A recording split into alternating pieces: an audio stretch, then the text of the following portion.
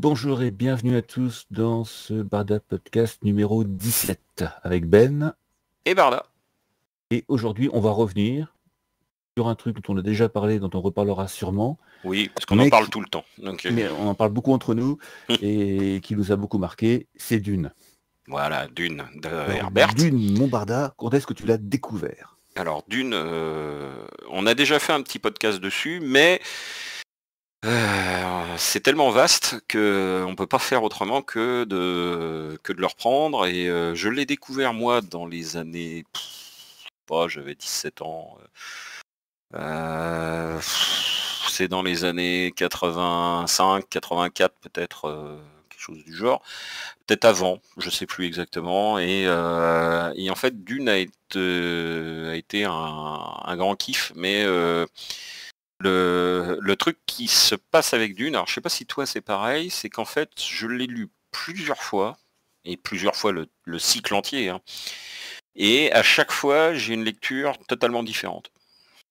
Alors, moi, je l'ai découvert aussi dans ces eaux-là vers 17 ans, puisque c'est 82. Moi, j'ai donc l'édition. Alors, ça ne rajeunit pas tout ça, c'est l'édition France Loisirs de 1982, Oui, avec une traduction de 72. voilà, de Michel Demuth. Demuth, un Ouais. auteur que j'aime beaucoup. Et ce bouquin ça avait été un succès chez France Loisirs parce qu'il y avait peu de bouquins de science-fiction chez France Loisirs. Et ils avaient choisi de diffuser Dune. Et c'était un des rares bouquins de Dune en grand format accessible. Parce que on montrera sur le podcast comme d'habitude les couvertures les dunes que je connais, que j'ai lues après, parce que moi je l'ai découvert en bibliothèque, hein, comme beaucoup de gamins qui n'avaient pas suffisamment d'argent pour s'acheter des tonnes et des tonnes de bouquins. Je l'ai découvert en grand format en bibliothèque avec les éditions Robert Laffont qui faisaient des très belles couvertures irisées, métallisées, etc. Et sauf que ces bouquins-là, ils étaient hors de la bourse, de la portée des bourses des jeunes de l'époque, hein. Mais c'était des Complètement, très ouais. beaux bouquins. Et j'ai dû le découvrir comme ça. Et donc après, le France Loisirs, il a fait le bonheur de pas mal de gens parce qu'il était quand même beaucoup moins cher. Il est alors ce qui est très bizarre en fait, c'est que la couverture correspond pas du tout. C'est un thème, on voit c'est le désert, on voit un vaisseau qui est en déconstruction ou un truc comme ça avec un squelette à l'intérieur d'un scaphandre qui est délité et qui est devant une boîte à pharmacie qui n'a pas eu le temps de servir. Ça n'a pas grand chose à voir avec le thème, à part que ça a l'air désertique et qu'il y a des palmiers, alors que c'est il n'y a pas de palmiers. Et, Non, c'est sec. et donc, mais cette édition-là a permis à pas mal de gens de le découvrir. Moi, après, derrière, je suis passé sur des éditions Pocket.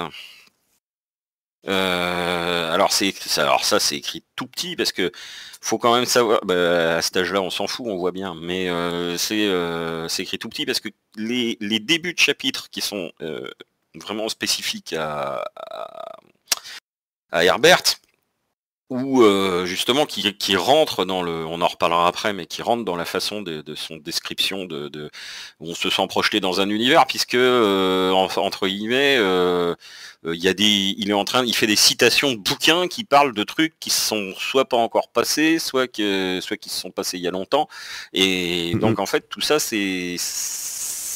on a vraiment l'impression de rentrer dans quelque chose de très complexe, ce qui est le but. Et donc sur les press pocket, alors je sais pas si toi t'en avais les press pocket. Non, je suis pas passé par là. Je suis passé par les Robert Laffont après pour les autres thèmes, les autres Ouais. tomes. En couverture irisée, puis plus tard en couverture avec des images dessus. Mais pratiquement tout en bibliothèque, puisque de Dune, je n'ai ici que les 2 tomes France Loisirs, le Ouais. Dune et les Enfants de Dune et l'Empereur du jeu de Dune, le Messie de Dune, pardon. Ouais. Et après, la suite, je l'ai lu dans d'autres formats. Et Dune, à l'époque, rappelons-nous que c'était l'époque où il n'y avait pas Internet. Donc c'était un vaguement paru oui dire ou dans des magazines plus ou moins de science-fiction qu'on pouvait avoir des informations dessus ou être attiré par ce truc-là. C'est vrai que la couverture très science-fiction du bouquin attirait bien le regard. Ouais. Et donc là, moi j'ai la collection en pocket, en presse pocket, donc c'est que j'avais racheté quand même après. Ça doit être la deuxième fois que je l'ai lu. Puis je l'ai relu troisième, une quatrième, peut-être, je sais plus exactement. Et en fonction de l'âge, je me souviens qu'en fait, les premières fois, mené par l'histoire, comme tout jeune, etc. C'est-à-dire que envie de savoir qu'est-ce qu'il arrive à Paul, à Atreides, ah là là là là. Puis c'était un peu un roman SF, un peu comme à l'ancienne, si tu le prends vraiment de loin, sans voir toutes les implications, etc. Puisque c'est ni plus ni moins que quelqu'un qui reprend le contrôle qui devient empereur de la galaxie. Et ça bon, c'est vrai que c'était courant comme truc, puisque dans toutes les histoires entre 50, 60, 70, on vous parle de quelqu'un qui va prendre soit le contrôle de la galaxie, ou va devenir empereur de la galaxie à la place de l'ancien. Donc il y avait pas mal de choses comme ça, mais il y avait quelque chose en plus sur Dune. Ouais. Et là, donc, pourquoi on en reparle aujourd'hui, c'est que donc Dune est dans l'actualité, puisque Denis Villeneuve a fait un film qui a été retardé, c'est-à-dire que la sortie en salle a été retardée. Ça doit sortir en septembre en France, avant les États-Unis, je crois, mais enfin bon, rien n'est sûr. Donc on en reparlera à ce moment-là, parce que bien sûr on n'a pas vu le film, donc on n'a pas de on n'a pas de passe-droit ou de priorité, donc on sait pas. Et il y a des bandes annonces qui sont sorties, je reparlerai d'un détail de la bande annonce, mais ma fille m'a offert gentiment la nouvelle édition de Dune, donc de chez Robert Laffont d'ailleurs. Donc du premier tome, et ça m'a permis de la relire une fois de plus. Donc donc voilà pourquoi on en reparle aujourd'hui. Cette édition-là, elle est assez sympa. En fait, elle est marron. Elle a les lettres Dune dans un style assez 70s. Très 70s. Ouais. C'est là que, en fait, ce qui était attirant, c'était le fait que apparemment ils ont repris la traduction.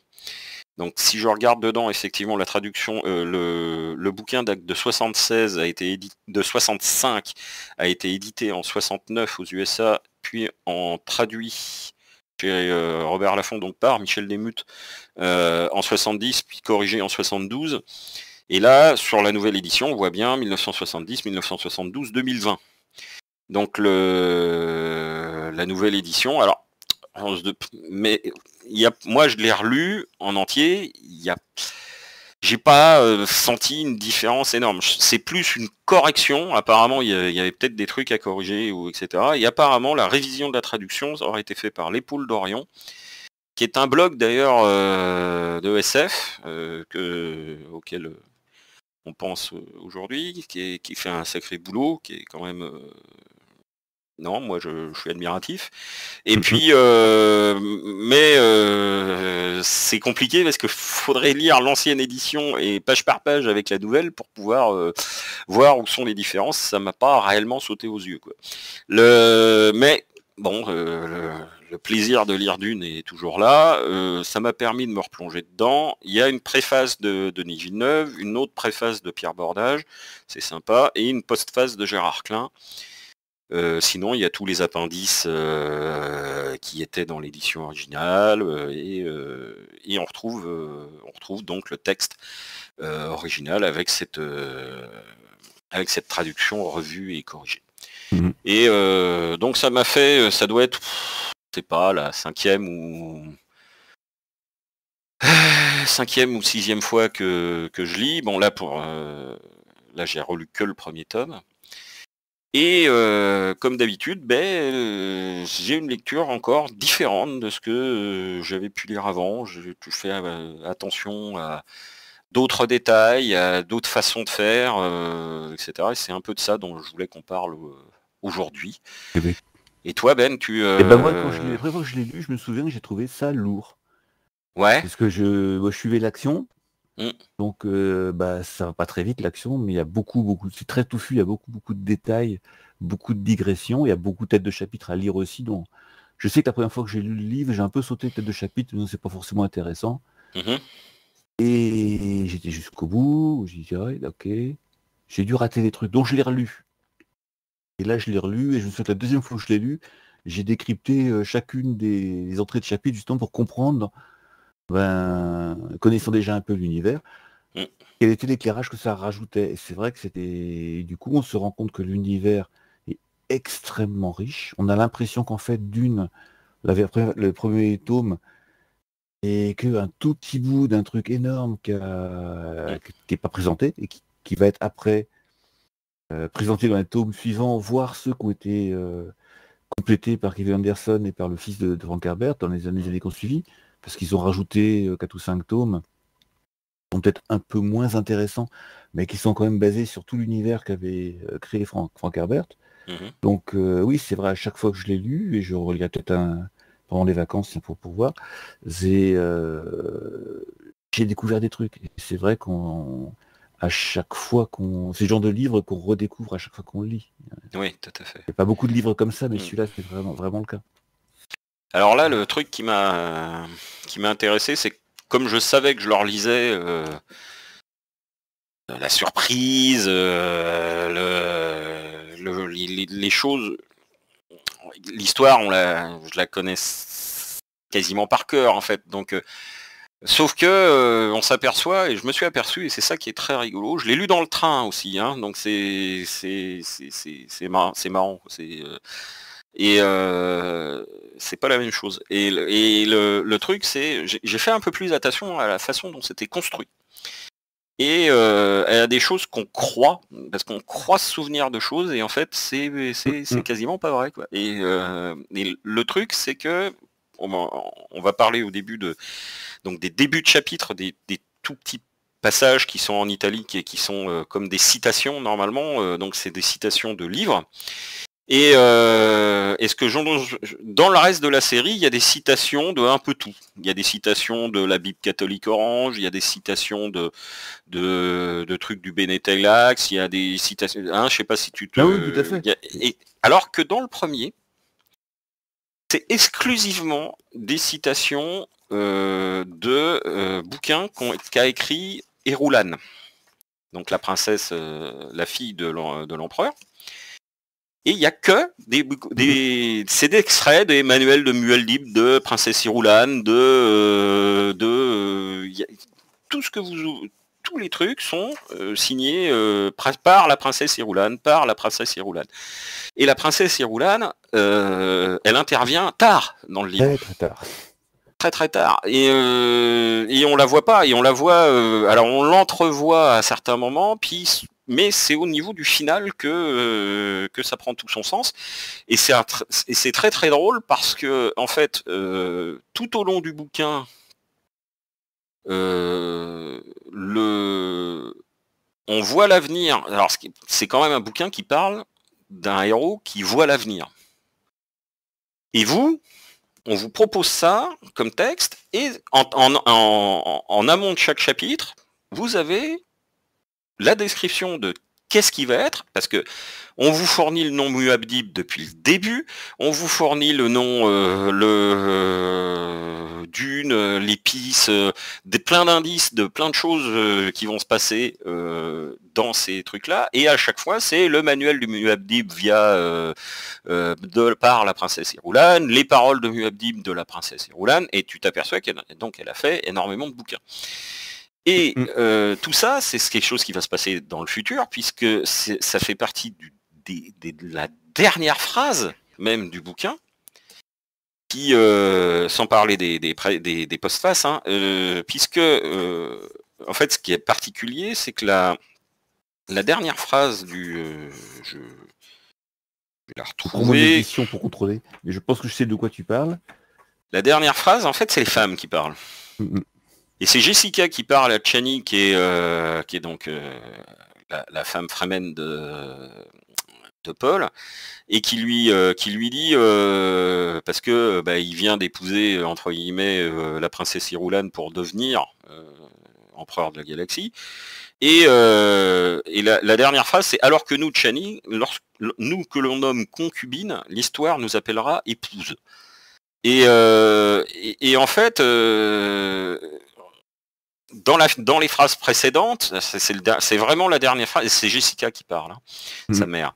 Et dans les phrases précédentes, on dit qu'elle a des prétentions littéraires, espérant que cela remplisse son existence, car elle n'aura que peu de choses en dehors. Et en fait, c'est que vous lisez la dernière phrase le dernier paragraphe du bouquin, et on vous explique que tout ce qu'on vous a placé en tête de chapitre avant, c'est ce que va écrire la princesse Irulan, parce que c'est une épouse de fonction, et que Paul aime vraiment Chani, et c'est tout. Et en fait, c'est le seul bouquin à être construit comme ça, puisque après, derrière, on passe à des citations de la Bible catholique orange, des citations de l'encyclopédie galactique, des citations etc., etc. Et c'est là où je me suis rendu compte que, en fait, moi, je mélangeais un peu tout ça, et je m'étais pas rendu compte que dans le premier tome de Dune, c'était exclusivement des bouquins de la princesse Irulan. Et c'est ça qui donne... c'est quand même... on est en train de mettre des citations de bouquins qui n'ont pas encore existé, quoi. Donc c'est assez rigolo. Au niveau des... Après, j'ai un peu fait attention. Comme tu le disais, moi j'avais le souvenir d'un bouquin compliqué, avec plein de références et très descriptif. Et je l'avais vérifié parce que quand j'étais en bibliothèque, parce que j'ai eu la chance de donner des bouquins en tant qu'aide à bibliothécaire, le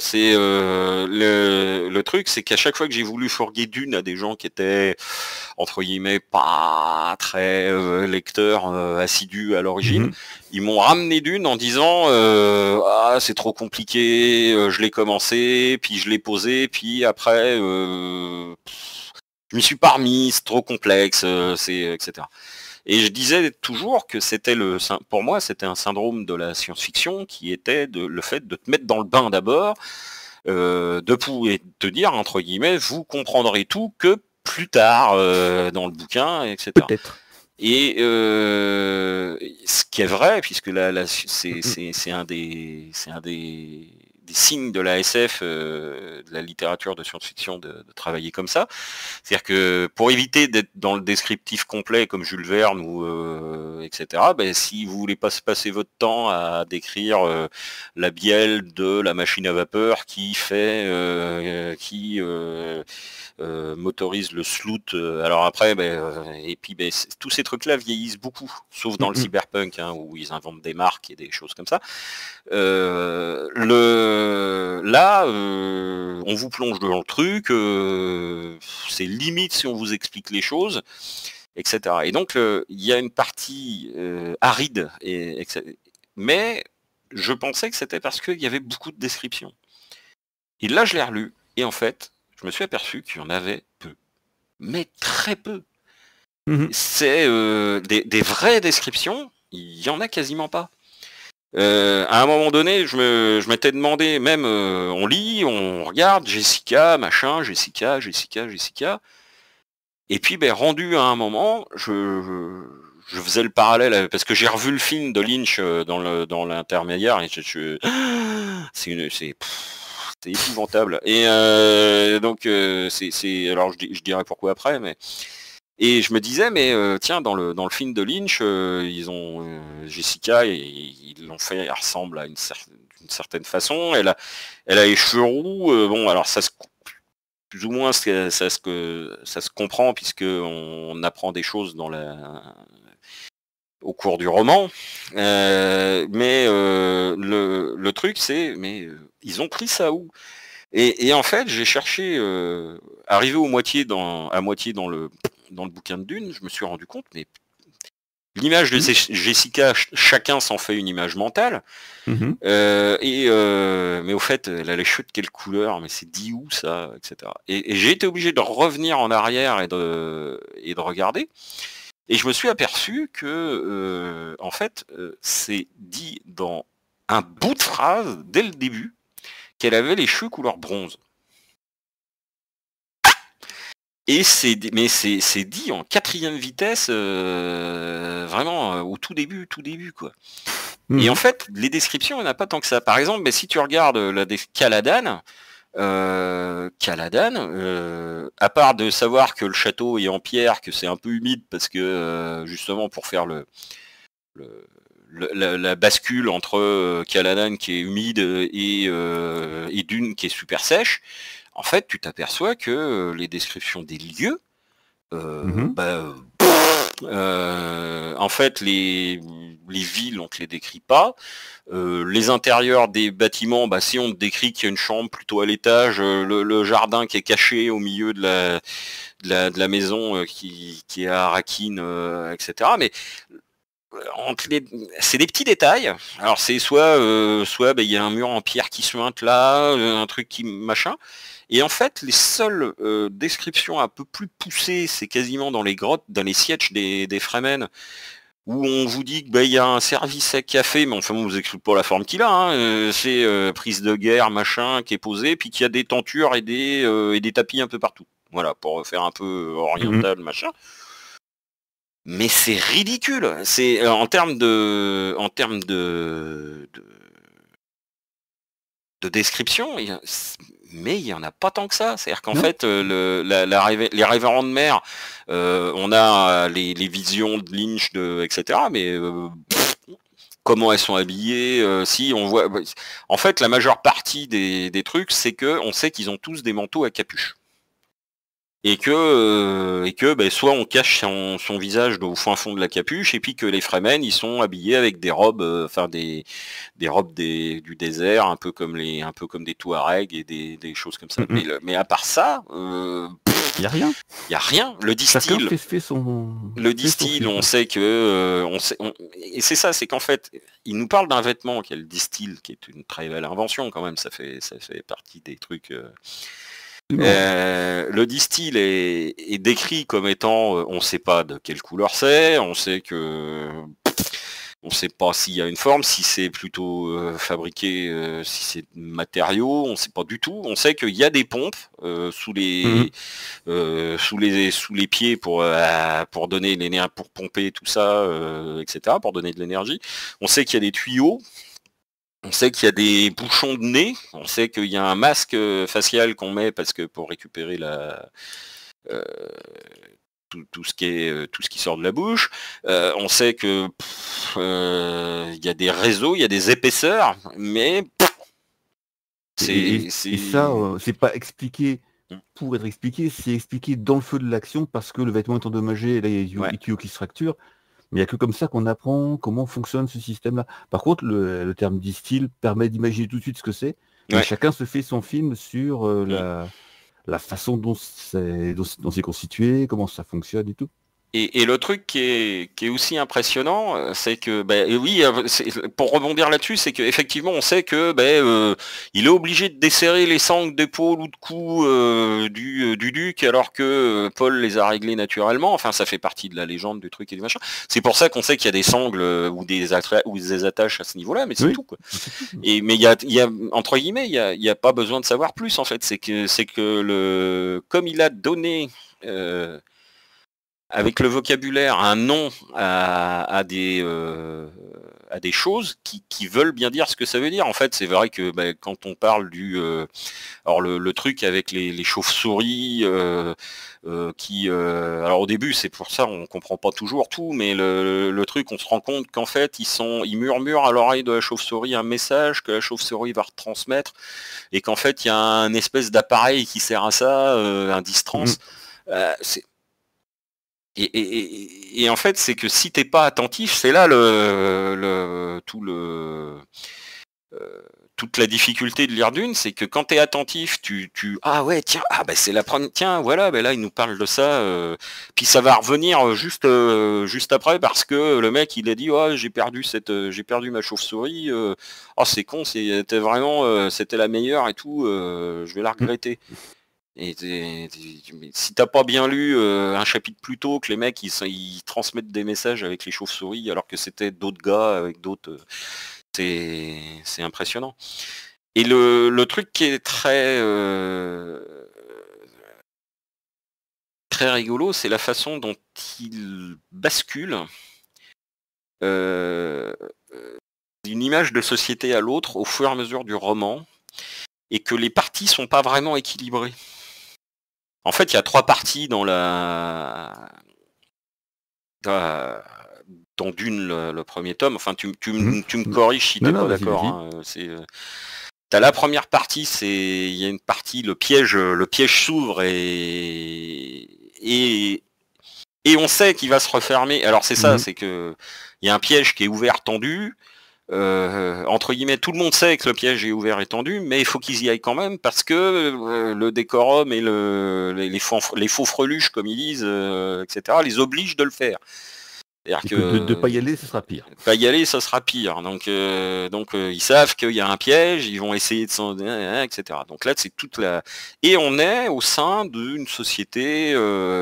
On suit, puisque ils sont revenus à un système féodal pour de bonnes raisons, mais qui sont pas expliquées, etc. Mais c'est évident après quand tu continues de le lire de savoir pourquoi ils sont revenus à un système féodal, mais dans ce tome-là, c'est pas dans là que tu vas l'apprendre. Oui.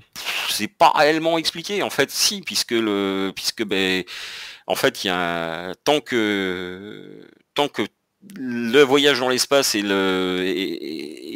la priorité et l'hégémonie d'une guilde, effectivement, si vous pouvez pas vous déplacer sans payer à une guilde, etc. Chaque planète, même s'il y a un gouvernement central, c'est pour ça qu'ils en reviennent naturellement à un système féodal. Et les histoires de lasers qui font péter les champs de force font qu'on revient à un combat à l'épée et à la lame. Et puis système féodal plus épée égale trahison, poison, etc., etc. Et donc ça a un sens, mais c'est pas du tout explicité en tant que tel. Et en fait, le truc, c'est que la première partie, donc là où le piège est ouvert et on connaît on devine l'issue et en même temps que les autres, c'est très féodal, on est dans la haute société, il y a des dîners policés, où il y a des... on sent bien que les nobles préparent leurs enfants à régner, tout en se disant oulala, ils peuvent se faire, est-ce qu'on va devenir une maison renégate, il y a tout ce décorum, il y a des dîners, il y a des choses comme ça, ou des trucs politiques, et toute cette première partie-là, jusqu'à la chute d'Arakin,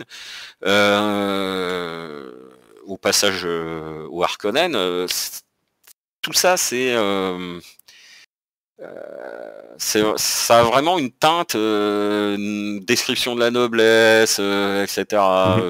Et on voit quasiment pas un Fremen. Les Fremen sont toujours... on dit qu'ils sont là, on dit qu'ils sont nombreux, mais c'est pas sûr. Il y en a quelques-uns qui se pointent. Et puis c'est le fameux truc on parle des Verts, mais on en voit, mais pourquoi ils sont là? Pourquoi du nez désert? Pourquoi mais ce qui est rigolo, c'est qu'en fait, même les personnages eux-mêmes s'en foutent. C'est-à-dire que on est là, c'est la planète est un désert en entier. Pourquoi? On se pose pas la question. Il y a l'épice là, qui est la substance la plus chère du monde, de l'univers, qui est récoltée là. Pourquoi? On pose pas la question non plus.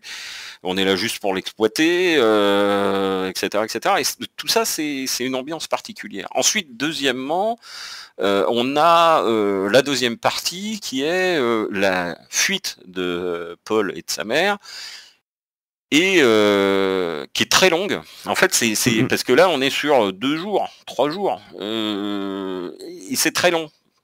Parce que c'est rempli de charnières, et c'est en plus on est donc sur la problématique qu'Herbert a fait passer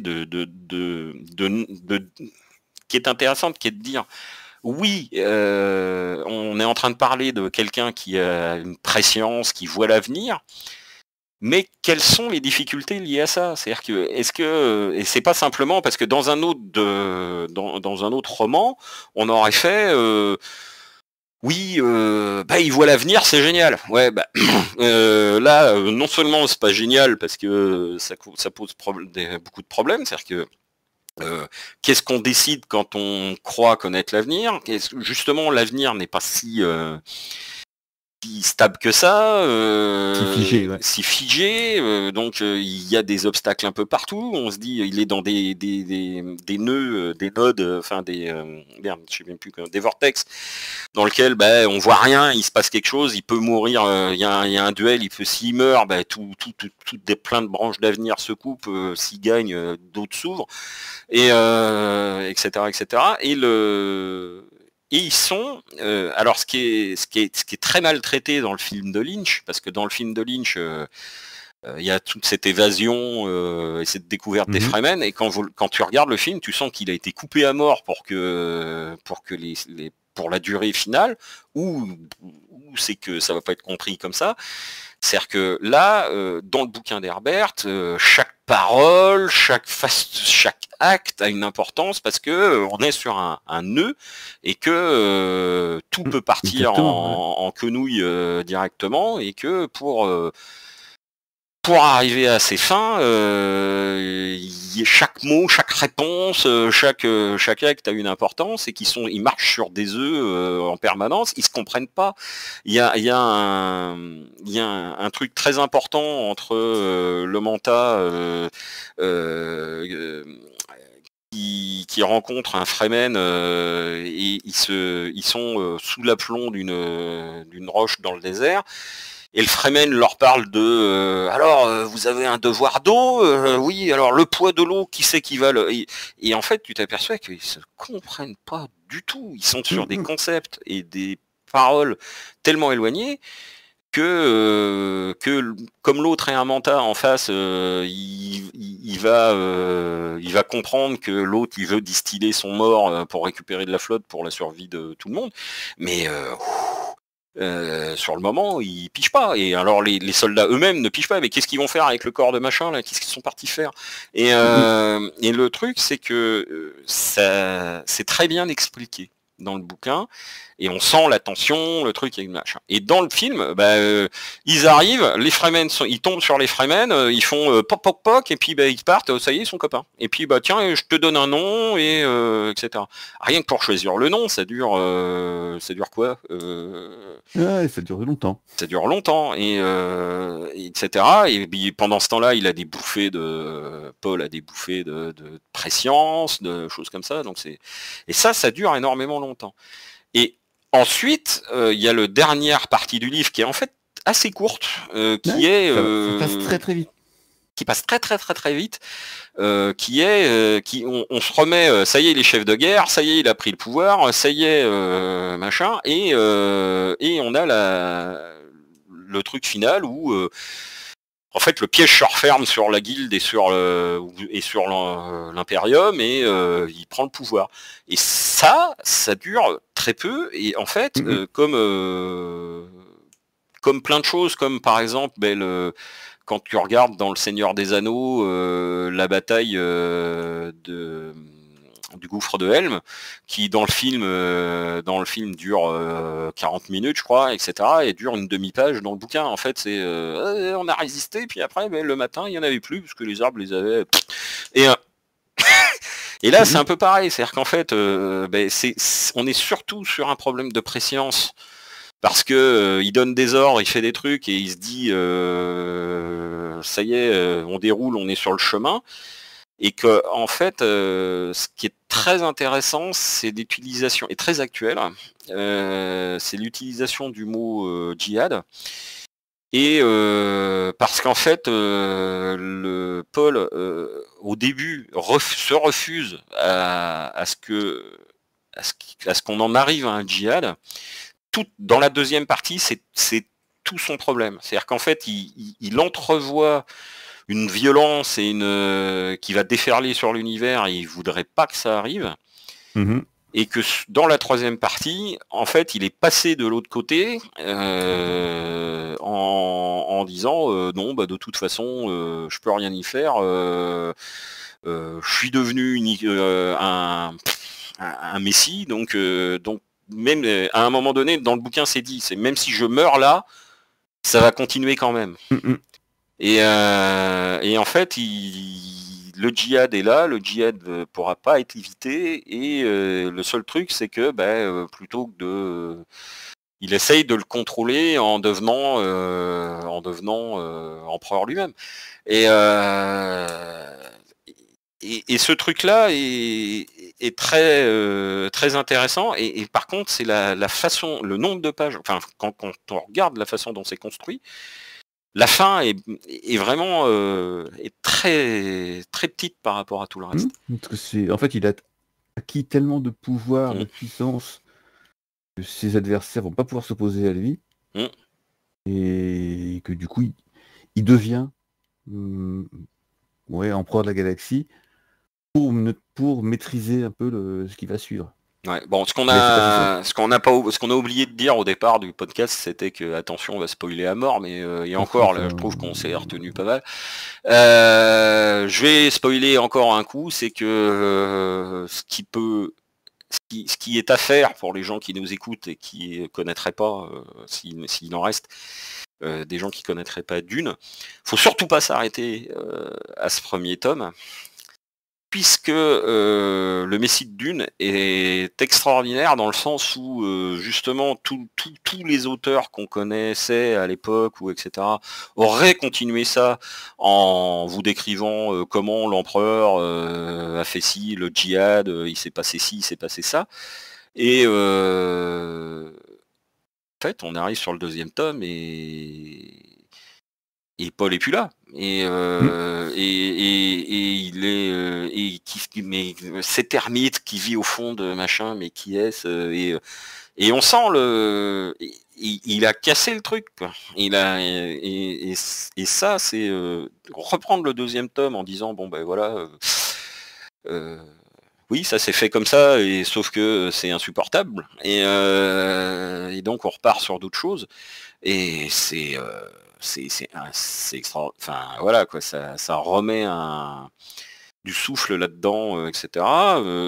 Et moi après, je sais pas si toi t'es un peu pareil, mais j'ai une sensibilité énorme sur l'empereur Dieu de Dune, qui est, je pense, un de ceux qui va quasiment le plus loin dans le concept au niveau de la série.